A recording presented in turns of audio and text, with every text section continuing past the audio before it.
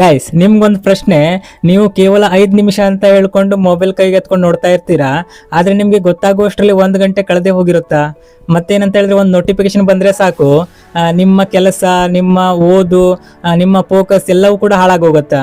ನಿಮ್ಗೆ ಒಂದು ಸತ್ಯ ಹೇಳ, ನಿಮ್ಗೆ ಮೊಬೈಲ್ ಮೇಲೆ ಕಂಟ್ರೋಲ್ ಇಲ್ಲ ಅನ್ನೋದು ಸಮಸ್ಯೆ ಅಲ್ಲ, ಮೊಬೈಲ್ ನಿಮ್ಮ ಅಟೆನ್ಷನ್ ಅನ್ನು ಕಂಟ್ರೋಲ್ ಮಾಡುತ್ತಿದೆ ಅನ್ನೋದೇ ನಿಜವಾದ ಸಮಸ್ಯೆ ಗೈಸ್. ಇಲ್ಲಿ ಸೈಕಾಲಜಿ ಹೇಳೋ ಪ್ರಕಾರ ಈ ಸ್ಕ್ರೋಲ್, ನೋಟಿಫಿಕೇಶನ್, ರೀಲ್ ಏನಿದೆ ಅಲ್ಲ, ಇವೆಲ್ಲ ನಿಮ್ಮ ಬ್ರೈನಿಗೆ ಒಂದು ಡೋಪಾಮಿನ್ ಅನ್ನು ಬಿಡುಗಡೆ ಮಾಡುತ್ತೆ. ಹಾಗಾಗಿ ನಿಮ್ಗೆ ಗೊತ್ತಿರುತ್ತೆ ಮೊಬೈಲ್ ಅನ್ನ ತಗೊಳ್ಬಾರ್ದು, ಕೆಳಗಿಡಬೇಕು, ನಮ್ಮ ಕೆಲಸ ಇದೆ, ವರ್ಕ್ ಇದೆ ಅಂತ ಹೇಳಿ ಗೊತ್ತಾಗತ್ತೆ ನಿಮ್ಗೆ. ಆದ್ರೂ ಕೂಡ ನೀವು ಅದನ್ನ ಮಾಡದೆ ಮೊಬೈಲ್ ನ ಕೈಯಲ್ಲಿ ಇಟ್ಕೊಂಡು ಸ್ಕ್ರೋಲ್ ಮಾಡ್ತಾ ಇರ್ತೀರಾ. ಸೊ ಇದಕ್ಕೆ ಕಾರಣ ಏನಂದ್ರೆ ಡೋಪಾಮಿನ್ ಬಿಡುಗಡೆ. ಆದ್ರೆ ಒಳ್ಳೆಯ ವಿಷಯ ಏನಂತ ಹೇಳಿದ್ರೆ ಈ ಅಭ್ಯಾಸವನ್ನು ಬದಲಾಯಿಸಬಹುದು. ಇವತ್ತು ನಾನು ಹೇಳುವಂತ ಒಂದು 5 ಟ್ರಿಕ್ಸ್ ಗಳನ್ನು ನೀವು ಫಾಲೋ ಮಾಡಿದ್ರೆ ನಿಧಾನವಾಗಿ ಮೊಬೈಲ್ ನಿಮ್ಮನ್ನು ಕಂಟ್ರೋಲ್ ಮಾಡೋದು ತಪ್ಪತ್ತೆ.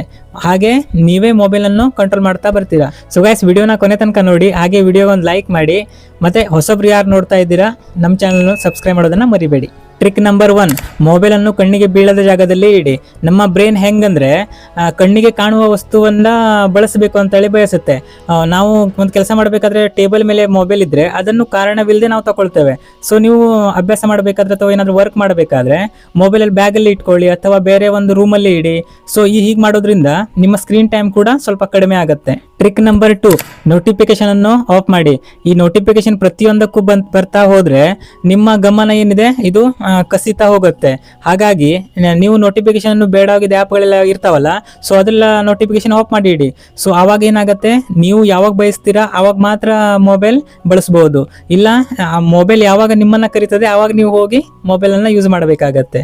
ಸೊ ನೋಟಿಫಿಕೇಶನ್ ಅನ್ನು ಆಫ್ ಮಾಡಿ ಇಡಿ. Trick number 3, mobile free time ಅನ್ನು ಸೆಟ್ ಮಾಡ್ಕೊಳ್ಳಿ ಗೈಸ್. ಅಂದ್ರೆ ದಿನದಲ್ಲಿ ಕನಿಷ್ಠ 30 ನಿಮಿಷ ಅಥವಾ 1 ಅವರ್ ಮೊಬೈಲ್ ಇಲ್ಲದ ಸಮಯವನ್ನು ಇಟ್ಕೊಳ್ಳಿ ನೀವು. ಆ ಟೈಮಲ್ಲಿ ಏನ್ ಮಾಡಿ ಅಂದ್ರೆ ನೀವು ಮನೆಯವ್ರ ಜೊತೆ ಮಾತನಾಡಿ ಅಥವಾ ವಾಕಿಂಗ್ ಹೋಗಿ ಅಥವಾ ಆ ಟೈಮಲ್ಲಿ ಪುಸ್ತಕಗಳನ್ನು ಓದಿ. ಈ ತರ ಮಾಡೋದ್ರಿಂದ ಸ್ವಲ್ಪ ಆದ್ರೂ ನೀವು ಮೊಬೈಲ್ ಬಳಕೆ ಕಡಿಮೆ ಆಗ್ತಾ ಹೋಗುತ್ತೆ. ಈ ಸಣ್ಣ ಬದಲಾವಣೆ ಸ್ಟಾರ್ಟಿಂಗ್ ನಿಮ್ಗೆ ಕಷ್ಟ ಅನಿಸ್ಬೋದು, ಆದ್ರೆ ನೀವು ಇದು ಮಾಡ್ತಾ ಹೋದಾಗ ನಿಮ್ಗೆ ಪ್ರಾಕ್ಟೀಸ್ ಆಗತ್ತೆ, ಮತ್ತೆ ಒಂದು ಹ್ಯಾಬಿಟ್ ಆಗಿ ಹೋಗ್ಬಿಡತ್ತೆ ಈ ರೀತಿ ಮಾಡೋದು. ಸೊ ಆವಾಗ ನೀವು ಮೊಬೈಲ್ ಯೂಸ್ ಮಾಡೋದು ಕಡಿಮೆ ಆಗತ್ತೆ. ಟ್ರಿಕ್ ನಂಬರ್ 4, ಮೊಬೈಲ್ ತೆಗೆಯುವ ಮುಂಚೆ ನಿಮ್ಮನ್ನೇ ನೀವು ಒಂದು ಪ್ರಶ್ನೆ ಕೇಳ್ಕೊಳ್ಳಿ. ನಾನು ಇವಾಗ ಮೊಬೈಲ್ ತೆಗಿತಾ ಇದ್ದೇನೆ, ಯಾಕೆ ಮೊಬೈಲ್ ತೆಗಿತಾ ಇದ್ದೇನೆ? ಏನಾದ್ರೂ ಕೆಲಸ ಉಂಟಾ ಅಥವಾ ಬೇಸರಕ್ಕಾಗಿ ಈ ಮೊಬೈಲ್ ಅನ್ನ ಯೂಸ್ ಮಾಡ್ತಾ ಇದ್ದೇನಾ ಅಂತ ಹೇಳಿ. ಈ ಒಂದು ಪ್ರಶ್ನೆ ನಿಮ್ಗೆ ಅಗತ್ಯವಾಗಿ ನೀವು ಮೊಬೈಲ್ ಬಳಸುವುದನ್ನು ಕಡಿಮೆ ಮಾಡುತ್ತೆ. ಸೊ ಈ ರೀತಿ ನೀವು ಫಾಲೋ ಮಾಡ್ತಾ ಹೋದ್ರೆ ಸೊ ಡೆಫಿನೆಟ್ಲಿ ಇದು ಕಷ್ಟ ಆಗ್ಬೋದು ಸ್ಟಾರ್ಟಿಂಗಿಗೆ, ಏನಿದು ಈ ತರ ಎಲ್ಲ ಮಾಡ್ಕೊಳ್ಬೇಕಲ್ಲ ಅಂತ ಹೇಳಿ. ಸೊ ಈ ತರ ನೀವು ಅಭ್ಯಾಸವನ್ನು ಮಾಡ್ತಾ ಹೋದ್ರೆ ಮೊಬೈಲ್ ನೀವು ಸ್ಕ್ರೀನ್ ಟೈಮ್ ಏನು ಕೊಡ್ತಾ ಇರ್ತೀರಾ ಅದನ್ನು ಕಡಿಮೆ ಮಾಡಿ ನಿಮ್ಮ ವರ್ಕ್ ಮೇಲೆ ನೀವು ಫೋಕಸ್ ಮಾಡ್ತೀರಾ. ಟ್ರಿಕ್ ನಂಬರ್ 5, ರಿಯಲ್ ಲೈಫ್ಗೆ ಹೆಚ್ಚು ಸಮಯವನ್ನು ಕೊಡಿ ಗೈಸ್. ಅಂದ್ರೆ ನೀವು ಹೊಸ ಸ್ಕಿಲ್ಸ್ ಗಳನ್ನು ಕಲಿಯಿರಿ, ನಿಮ್ಮ ಫ್ರೆಂಡ್ಸ್ ಜೊತೆಗೆ ಮಾತನಾಡಿ, ನಿಮ್ಮ ಗೋಲ್ಸ್ ಗಳ ಮೇಲೆ ಕೆಲಸ ಮಾಡಿ. ಸೊ ನೀವು ಈ ತರ ಮಾಡೋದ್ರಿಂದ ನಮ್ಮ ಜೀವನದಲ್ಲಿ ಮೀನಿಂಗ್ಫುಲ್ ಕೆಲಸಗಳು ಹೆಚ್ಚಾದಂತೆ ಈ ನಮ್ದು ಡಿಪೆಂಡೆನ್ಸ್ ಇದೆ ಅಲ್ಲ ಮೊಬೈಲ್ ಹೆಚ್ಚಾಗಿ ಬಳಸೋದು, ಸೊ ಇದು ಹೋಗ್ತಾ ಸ್ವಾಭಾವಿಕವಾಗಿ ಕಡಿಮೆ ಆಗ್ತಾ ಹೋಗುತ್ತೆ ಗೈಸ್. ಸೊ ಹಾಗಾಗಿ ನಿಮ್ಮ ಗೋಲ್ಸ್ ಗಳ ಮೇಲೆ ನೀವು ಫೋಕಸ್ ಅನ್ನು ಮಾಡಿ ಕೆಲಸ ಮಾಡ್ಲಿಕ್ಕೆ ಶುರು ಮಾಡಿ. ನೆನಪಿರ್ಲಿ ಗೈಸ್, ಮೊಬೈಲ್ ನಮ್ಗೆ ಶತ್ರು ಅಲ್ಲ.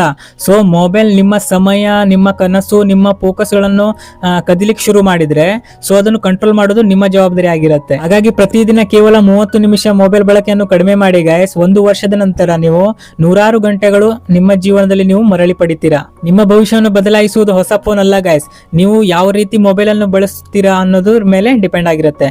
ಸೊ ಗೈಸ್, ಮೊಬೈಲ್ ಬಳಕೆಯನ್ನು ಕಡಿಮೆ ಮಾಡಿ ನಿಮ್ಮ ಜೀವನದಲ್ಲಿ ನೀವು ಏನ್ ಮಾಡಬೇಕು ಅಂತ ಹೇಳಿ ಅದ್ರ ಮೇಲೆ ಫೋಕಸ್ ಅನ್ನು ಶುರು ಮಾಡಿ. ನಿಮ್ಮ ಸ್ಕಿಲ್ಸ್ ಮೇಲೆ ಕೆಲಸ ಮಾಡ್ಲಿಕ್ಕೆ ಶುರು ಮಾಡಿ. ಸೊ ಆವಾಗ ಆಟೋಮೆಟಿಕ್ಲಿ ನಿಮ್ಮ ಜೀವನ ಗ್ರೋತ್ ಆಗ್ಲಿಕ್ಕೆ ಶುರು ಆಗುತ್ತೆ. ಸೊ ಗೈಸ್, ವಿಡಿಯೋ ಯೂಸ್ಫುಲ್ ಅನ್ಸಿದ್ರೆ ವಿಡಿಯೋಗೆ ಒಂದು ಲೈಕ್ ಮಾಡಿ, ನಮ್ಮ ಚಾನಲ್ ಸಬ್ಸ್ಕ್ರೈಬ್ ಮಾಡೋದನ್ನ ಮರಿಬೇಡಿ. Love you guys.